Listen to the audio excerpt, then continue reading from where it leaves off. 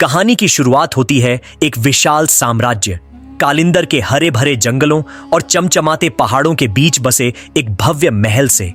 इस महल में रहते थे राजकुमार वीरेंद्र, जिनके साहस और सुंदरता की चर्चा दूर दूर तक थी।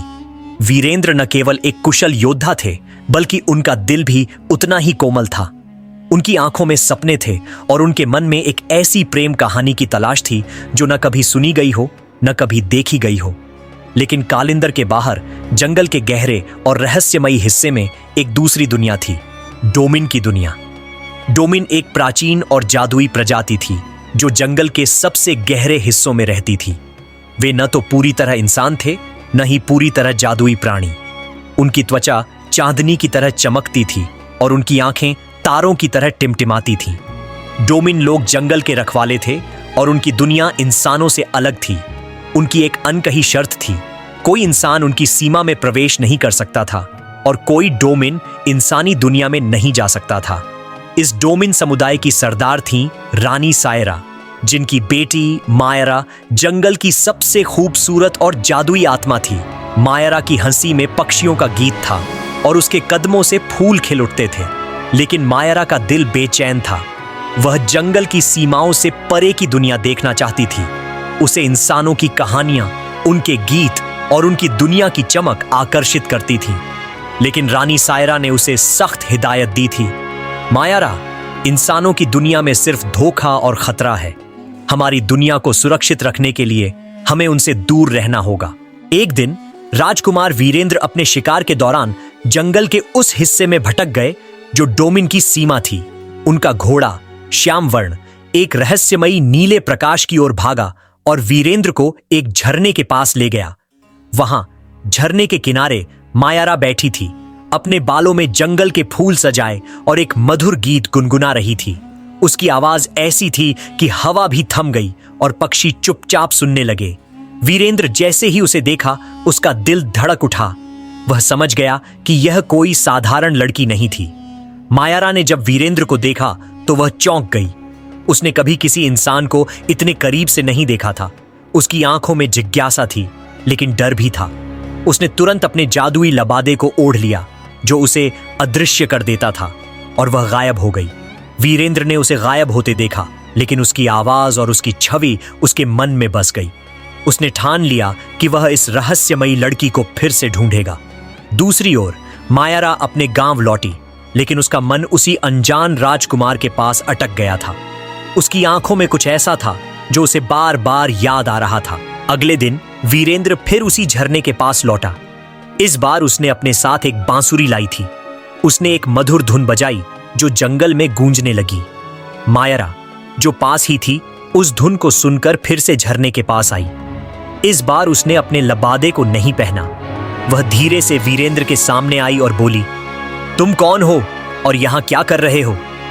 वीरेंद्र ने मुस्कुराते हुए कहा, मैं वीरेंद्र हूं, कालिंदर का राजकुमार। और तुम्हारी आवाज में जादू है। मायरा ने हंसते हुए जवाब दिया, मैं मायरा हूं और यह जंगल मेरा घर है, लेकिन तुम यहां नहीं होने चाहिए। यह जगह इंसानों के लिए सुरक्षित नहीं है। उस दिन दोनों ने घंटों बात की। वीरेंद्र ने उसे अपनी दुनिया की कहानियां सुनाई, महलों की, बाजारों की और युद्धों की। मायरा ने उसे जंगल के रहस्य बताए, जादुई पेड़ों, चमकती नदियों और डोमिन की प्राचीन परंपराओं के बारे में। दोनों को एक दूसरे की दुनिया आकर्षक लगी। लेकिन जैसे ही सूरज ढलने लगा, मायरा ने कहा, मुझे जाना होगा। अगर मेरी मां को पता चला कि मैं एक इंसान से मिली तो वे मुझे कभी माफ नहीं करेंगी। दिन बीतते गए और वीरेंद्र और मायरा की मुलाकातें बढ़ने लगीं। वे हर दिन झरने के पास मिलते। वीरेंद्र उसे अपने साथ महल ले जाना चाहता था और मायरा उसे अपनी जादुई दुनिया दिखाना चाहती थी। लेकिन दोनों को पता था कि उनकी दुनिया के बीच एक दीवार थी, डोमिन और इंसानों की दुश्मनी की दीवार।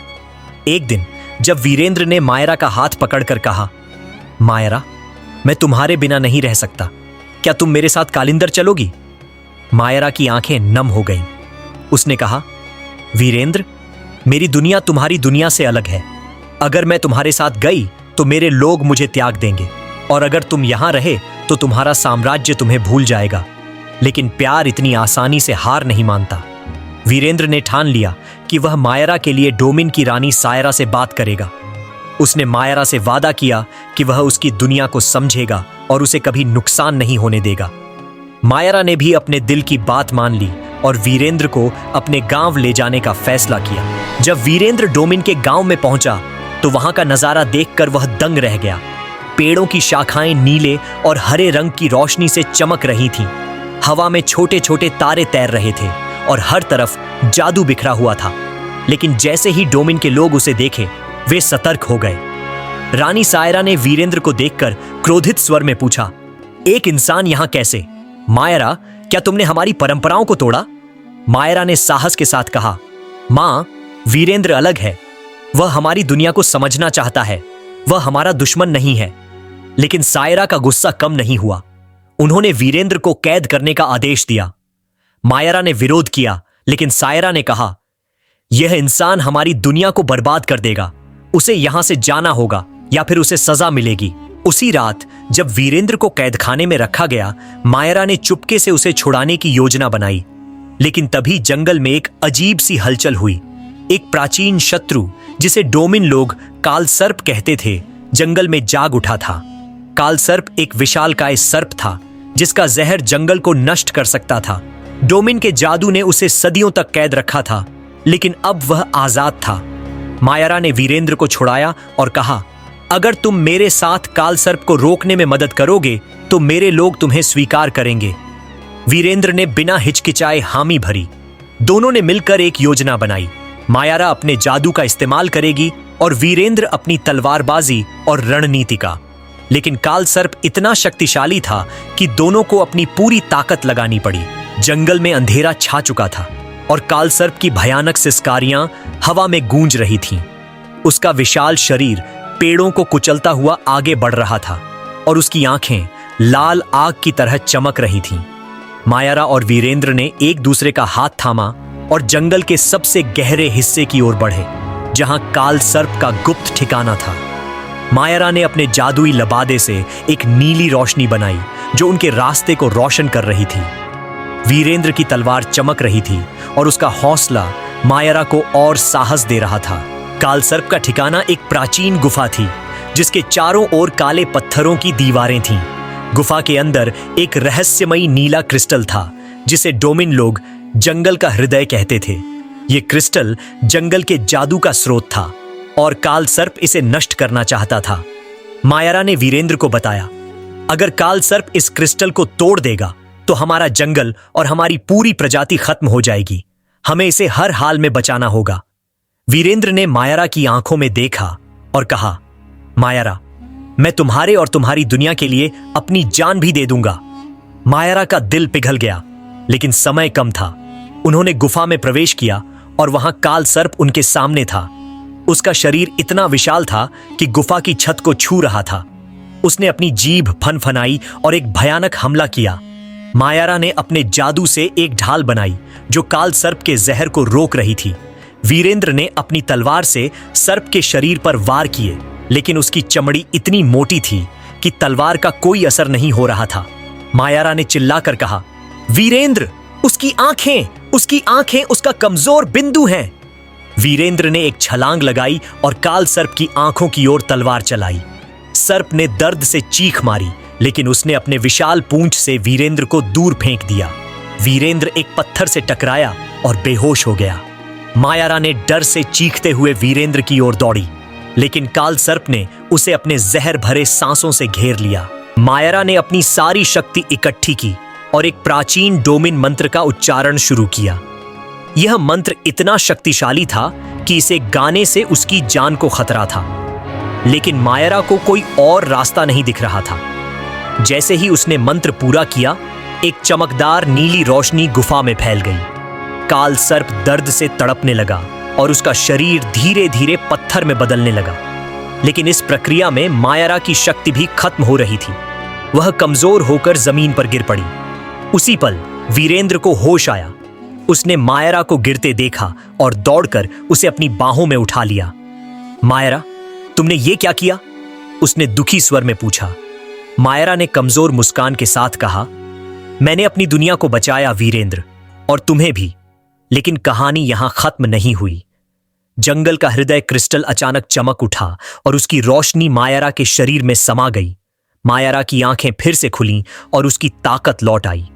क्रिस्टल ने उसकी जान बचा ली थी, लेकिन इस चमत्कार के साथ एक शर्त थी। मायरा को अब जंगल का हृदय बनना था। उसे जंगल की रक्षा के लिए हमेशा यहां रहना पड़ता। वीरेंद्र ने मायरा से कहा, अगर तुम्हें जंगल में रहना है तो मैं भी तुम्हारे साथ रहूंगा। लेकिन मायरा ने उदास होकर जवाब दिया, वीरेंद्र, तुम एक राजकुमार हो, तुम्हारा साम्राज्य तुम्हें पुकारता है, और मेरी मां कभी नहीं मानेगी कि एक इंसान हमारी दुनिया में रहे। उसी समय रानी सायरा और डोमिन के लोग गुफा में पहुंचे। उन्होंने देखा कि मायरा और वीरेंद्र ने मिलकर काल सर्प को हराया था। सायरा का दिल पिघला, लेकिन उनकी परंपराएं अभी भी उनके सामने थीं। उन्होंने कहा, वीरेंद्र, तुमने हमारी दुनिया को बचाया और इसके लिए हम तुम्हारे आभारी हैं। लेकिन तुम और मायरा कभी एक नहीं हो सकते। हमारी दुनिया के नियम इसे इजाजत नहीं देते। वीरेंद्र ने सायरा के सामने घुटने टेके और कहा, रानी, मैं मायरा से प्यार करता हूं। मैं आपकी हर शर्त मानने को तैयार हूं। मुझे बस एक मौका दीजिए। सायरा चुप रही, लेकिन उनके मन में एक विचार आया। उन्होंने कहा, ठीक है वीरेंद्र, अगर तुम सचमुच मायरा के लिए अपनी दुनिया छोड़ सकते हो तो तुम्हें एक अंतिम परीक्षा देनी होगी। जंगल के दूसरी ओर एक प्राचीन मंदिर है जहां प्रेम का अमृत रखा है। यह अमृत दो अलग अलग प्रजातियों को एक करने की शक्ति रखता है। अगर तुम उसे ला सको तो मैं तुम्हें और मायरा को एक साथ रहने की इजाजत दूंगी। लेकिन रास्ता खतरनाक है और कई लोग उस मंदिर से कभी वापस नहीं लौटे। मायरा ने विरोध किया, मां, यह बहुत खतरनाक है। मैं वीरेंद्र को खोना नहीं चाहती। लेकिन वीरेंद्र ने उसका हाथ पकड़ा और कहा, मायरा, तुम्हारे लिए मैं कोई भी खतरा मोल लूंगा। अगली सुबह वीरेंद्र और मायरा ने प्रेम का अमृत खोजने की यात्रा शुरू की।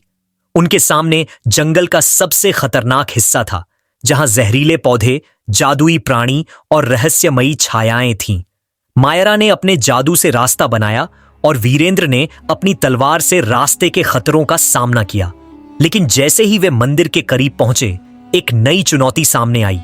मंदिर के द्वार पर एक प्राचीन अभिशाप था जो केवल सच्चे प्रेम की शक्ति से टूट सकता था। जंगल का वह हिस्सा जहां प्राचीन मंदिर खड़ा था, रहस्य और खतरे से भरा हुआ था। मंदिर के चारों ओर घना कोहरा छाया था और हवा में एक अजीब सी ठंडक थी। मंदिर का प्रवेश द्वार विशाल था, जिस पर नक्काशीदार प्राचीन लेख और जादुई प्रतीक उकेरे गए थे। द्वार के बीच में एक बड़ा ताला था जो सुनहरे रंग की रोशनी से चमक रहा था। मायरा ने ताले को देखते हुए कहा, यह ताला कोई साधारण ताला नहीं है। इसे खोलने के लिए सच्चे प्रेम की कुंजी चाहिए। वीरेंद्र ने मायरा की ओर देखा और मुस्कुराते हुए कहा, तो फिर यह ताला हमारे लिए ही बना है, क्योंकि मेरा प्रेम तुमसे ज्यादा सच्चा कुछ नहीं हो सकता। मायरा की आंखें चमक उठीं, लेकिन उसके मन में डर भी था। उसने सुना था कि इस मंदिर में आने वाले कई प्रेमी जोड़े अभिशाप का शिकार हो चुके थे। जैसे ही वीरेंद्र और मायरा ने मंदिर के द्वार को छुआ, ताला चमकने लगा और एक गहरी भयानक आवाज गूंजी, केवल वही इस मंदिर में प्रवेश कर सकता है जिसका प्रेम निस्वार्थ हो। जो यहां लालच या स्वार्थ के लिए आएगा, वह हमेशा के लिए इस मंदिर का कैदी बन जाएगा। मायरा ने डरते हुए वीरेंद्र का हाथ कसकर पकड़ लिया। उसने कहा, वीरेंद्र, अगर हमारा प्रेम सच्चा नहीं हुआ तो हम दोनों यहां से कभी बाहर नहीं निकल पाएंगे। वीरेंद्र ने मायरा के माथे को चूमा और कहा, मायरा, मेरा प्यार तुम्हारे लिए है, न कि किसी अमृत या शक्ति के लिए। चलो इस परीक्षा को साथ मिलकर पार करें। उनकी बातों से ताला धीरे धीरे खुलने लगा और द्वार खुल गया। लेकिन जैसे ही वे अंदर कदम रखने वाले थे, एक चमकदार रोशनी ने उन्हें घेर लिया और वे खुद को एक अलग ही दुनिया में पाए। यह दुनिया एक दर्पण की तरह थी। हर तरफ मायरा और वीरेंद्र की परछाइयां थीं, लेकिन ये परछाइयां उनकी तरह नहीं थीं। ये परछाइयां उनके डर, उनकी कमजोरियों और उनके मन के छिपे हुए संदेहों का रूप थीं। एक परछाई जो वीरेंद्र की तरह दिखती थी ने कहा, तुम एक राजकुमार हो वीरेंद्र, तुम्हें एक डोमिन की बेटी के लिए अपनी सत्ता और सम्मान क्यों छोड़ना चाहिए। दूसरी परछाई जो मायरा की तरह थी ने कहा, मायरा, तुम अपनी जादुई शक्तियों को एक इंसान के लिए क्यों त्याग रही हो। वह तुम्हें धोखा देगा। मायरा और वीरेंद्र ने एक दूसरे की ओर देखा। उनके मन में संदेह का एक हल्का सा बादल उमड़ा, लेकिन वीरेंद्र ने जोर से कहा, यह झूठ है मायरा, मेरे लिए तुमसे ज्यादा कीमती कुछ नहीं। मायरा ने भी साहस जुटाया और बोली, मैं तुम पर भरोसा करती हूं वीरेंद्र, ये परछाइयां हमारे प्यार को तोड़ नहीं सकती। जैसे ही उन्होंने एक दूसरे का हाथ और कसकर पकड़ा, परछाइयां चीखने लगीं और धीरे धीरे गायब हो गईं। मंदिर के अंदर एक सुनहरा मंच था जिस पर एक छोटा सा क्रिस्टल का प्याला रखा था। उस प्याले में एक चमकदार सुनहरे रंग का तरल था, प्रेम का अमृत। लेकिन अमृत के चारों ओर एक जादुई ढाल थी जो केवल तभी टूटती जब दो लोग एक दूसरे के लिए अपनी सबसे कीमती चीज का त्याग करते। मायरा ने उदास स्वर में कहा, वीरेंद्र, मेरे लिए सबसे कीमती चीज मेरी जादुई शक्तियां हैं। अगर मैंने अमृत लिया तो मुझे अपनी शक्तियां छोड़नी होंगी। वीरेंद्र ने गहरी सांस ली और कहा, और मेरे लिए सबसे कीमती चीज मेरा राजपाट है। लेकिन मायरा, तुम्हारे बिना मेरा राजपाट बेकार है, मैं इसे छोड़ने को तैयार हूं। दोनों ने एक दूसरे की आंखों में देखा और एक साथ प्याले की ओर बढ़े। जैसे ही उन्होंने प्याले को छुआ, एक तेज रोशनी फैली और मंदिर की दीवारें हिलने लगीं। एक प्राचीन आत्मा प्रकट हुई जो मंदिर की रक्षक थी। उसने कहा, तुम दोनों ने अपने प्रेम की सच्चाई साबित कर दी, लेकिन अमृत लेने से पहले एक आखिरी सवाल, क्या तुम दोनों एक दूसरे के लिए अपनी पहचान छोड़ सकते हो? मायरा, क्या तुम डोमिन की दुनिया छोड़कर इंसानों की दुनिया में रह सकती हो? और वीरेंद्र, क्या तुम अपना राजपाट छोड़कर जंगल में एक साधारण जीवन जी सकते हो? मायरा और वीरेंद्र एक पल के लिए रुक गए। यह सवाल आसान नहीं था। मायरा ने कहा, मैं अपनी मां और अपनी प्रजाति को नहीं छोड़ सकती, लेकिन मैं वीरेंद्र को भी नहीं खो सकती।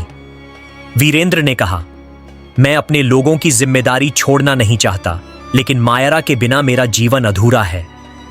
आत्मा ने मुस्कुराते हुए कहा, तो फिर तुम दोनों को एक नया रास्ता बनाना होगा, एक ऐसी दुनिया जहां डोमिन और इंसान साथ रह सकें। अमृत तुम्हें यह शक्ति देगा, लेकिन इसके लिए तुम्हें एक नई यात्रा शुरू करनी होगी। मायरा और वीरेंद्र ने अमृत लिया और मंदिर से बाहर निकले। जैसे ही वे जंगल में लौटे, उन्होंने देखा कि जंगल का हृदय क्रिस्टल फिर से चमक रहा था। अमृत ने न केवल उनके प्रेम को मजबूत किया, बल्कि जंगल और कालिंदर साम्राज्य के बीच एक नया सेतु बनाने की शक्ति दी। लेकिन रानी सायरा और कालिंदर के राजा वीरेंद्र के पिता अभी भी इस मिलन के खिलाफ थे। मायरा और वीरेंद्र ने ठान लिया कि वे दोनों दुनिया को एक करने के लिए काम करेंगे। लेकिन तभी एक नई चुनौती सामने आई। कालिंदर के कुछ दरबारी जो वीरेंद्र के राजपाट छोड़ने से नाराज थे, ने डोमिन के खिलाफ युद्ध की योजना बनानी शुरू कर दी। दूसरी ओर डोमिन के कुछ कट्टर लोग भी मायरा के इंसान से प्रेम को स्वीकार नहीं कर रहे थे और उसे गद्दार मान रहे थे। वीरेंद्र और मायरा ने एक दूसरे का हाथ थामा और कहा, हमारा प्यार केवल हमारा नहीं, बल्कि दो दुनिया को जोड़ने की ताकत है। हमें इस युद्ध को रोकना होगा और एक नया साम्राज्य बनाना होगा जहां प्रेम और शांति हो। मायरा और वीरेंद्र के सामने अब तक की सबसे बड़ी चुनौती थी कालिंदर के दरबारियों और डोमिन के कट्टरपंथियों के बीच बढ़ता तनाव। कालिंदर के राजा वीरेंद्र के पिता महाराज विक्रम ने डोमिन के जंगल पर हमले की योजना बनाई थी, यह मानते हुए कि डोमिन लोग उनके बेटे को जादू से वश में कर रहे थे। दूसरी ओर डोमिन के कुछ योद्धा जो रानी सायरा के नेतृत्व में थे, इंसानों के खिलाफ युद्ध की तैयारी कर रहे थे, यह विश्वास करते हुए कि वीरेंद्र और मायरा का प्रेम उनकी परंपराओं को नष्ट कर देगा। मायरा और वीरेंद्र जानते थे कि युद्ध से दोनों पक्षों का विनाश होगा। उन्होंने फैसला किया कि वे दोनों पक्षों को एक मेज पर लाएंगे और बातचीत के जरिए शांति स्थापित करेंगे। लेकिन यह आसान नहीं था। मायरा ने प्रेम के अमृत की शक्ति का इस्तेमाल किया और जंगल के हृदय क्रिस्टल से एक जादुई दर्पण बनाया जो देखने वालों को उनके दिल की सच्चाई दिखाता था। वीरेंद्र ने अपने साहस और बुद्धि का उपयोग कर कालिंदर के दरबारियों को समझाने की ठानी। उन्होंने एक साहसिक कदम उठाया।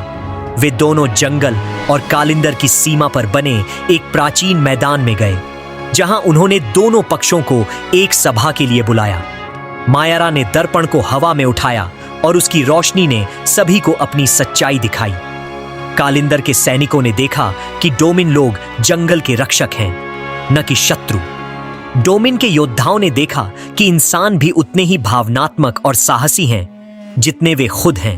महाराज विक्रम और रानी सायरा, जो शुरू में एक दूसरे के खिलाफ थे, दर्पण की सच्चाई से प्रभावित हुए। मायरा ने अपनी मां से कहा, मां, प्रेम और विश्वास ही हमारी सबसे बड़ी ताकत है। अगर हम इंसानों को स्वीकार करें तो हमारी दुनिया और मजबूत होगी। वीरेंद्र ने अपने पिता से कहा, पिताजी, मायरा मेरे लिए केवल एक प्रेमिका नहीं बल्कि मेरी ताकत है। उनकी दुनिया को बचाना मेरी जिम्मेदारी है। प्रेम के अमृत की शक्ति और दर्पण की सच्चाई ने दोनों पक्षों के दिलों को पिघला दिया। महाराज विक्रम और रानी सायरा ने एक ऐतिहासिक समझौता किया। कालिंदर और डोमिन की दुनिया अब एक दूसरे के साथ सहयोग करेंगी। जंगल का हृदय क्रिस्टल और कालिंदर का राजपाट मिलकर एक नई सभ्यता बनाएंगे, जहां इंसान और डोमिन साथ रह सकें। मायरा और वीरेंद्र का विवाह एक भव्य समारोह में हुआ, जो जंगल और कालिंदर के बीच की सीमा पर आयोजित किया गया। समारोह में दोनों पक्षों के लोग शामिल हुए। डोमिन के जादुई फूलों और कालिंदर के सुनहरे झंडों ने उस दिन को अविस्मरणीय बना दिया। मायरा ने अपनी जादुई शक्तियां रखीं और वीरेंद्र ने अपने राजपाट को अपने छोटे भाई को सौंप दिया, ताकि वह मायरा के साथ जंगल में एक नया जीवन शुरू कर सके। उन्होंने एक नया गांव बसाया जिसका नाम था प्रेमपुर। यह गांव इंसानों और डोमिन का मिलन स्थल बन गया, जहां दोनों प्रजातियां एक दूसरे से सीखती थीं। मायरा और वीरेंद्र ने अपने बच्चों को प्रेम, साहस और एकता के मूल्य सिखाए। जंगल का हृदय क्रिस्टल और प्रेम का अमृत उनकी प्रेम कहानी का प्रतीक बन गया, जो आने वाली पीढ़ियों के लिए प्रेरणा बना। कहानी की आखिरी रात, जब मायरा और वीरेंद्र प्रेमपुर के सबसे ऊंचे पहाड़ पर बैठे थे, मायरा ने वीरेंद्र की ओर देखा और कहा, क्या तुम्हें कभी अपने राजपाट की याद आती है? वीरेंद्र ने हंसते हुए जवाब दिया, मायरा, तुम मेरे लिए मेरा राजपाट, मेरा महल और मेरी पूरी दुनिया हो। मायरा ने उसका हाथ पकड़ा और दोनों ने तारों भरे आकाश की ओर देखा, जहां एक नया तारा चमक रहा था, उनके प्रेम का तारा।